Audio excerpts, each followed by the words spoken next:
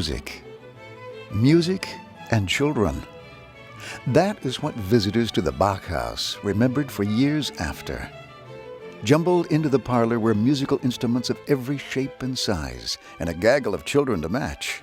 Two of the older children would be playing a spirited tune on the harpsichord, while a younger one danced the minuet.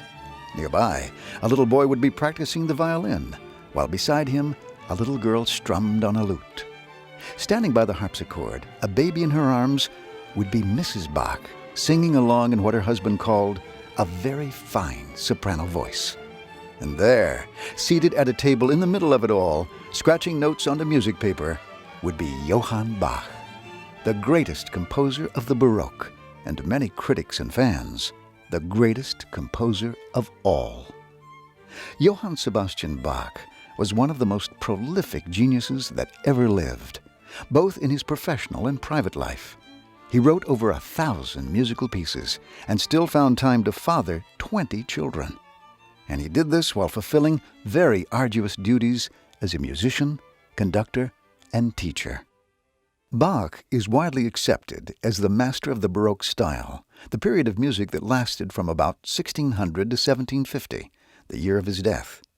Baroque music, as you learned in earlier sessions, is very complex and dramatic.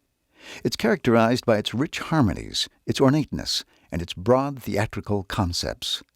By the time Bach was writing, Baroque had begun to fade in popularity and was considered old-fashioned in some circles. Yet, he brought Baroque to its culmination, finishing off the era with the best music of the genre. He brought together all the basic forms and styles of the preceding generation, synthesized them, and perfected them. In doing so, he took certain elements of Baroque music to their greatest heights. This included the use of counterpoint, the playing of more than one melody at the same time, and the use of fugues, where different instruments repeat the same melody. Bach wrote both religious and secular music, and he wrote both instrumental and choral music. He worked in every musical form of the 18th century, with the exception of opera, which he found too frivolous. In spite of his brilliant compositions, Bach was known in his own time more for his playing than his composition. He was a superb organist who dazzled people with his dexterity with the keyboard and foot pedals. He even occasionally used a stick in his mouth to reach notes his hands couldn't reach. But spellbinding as his performances were, in the century that followed him, people finally began to recognize the magnificence of his compositions.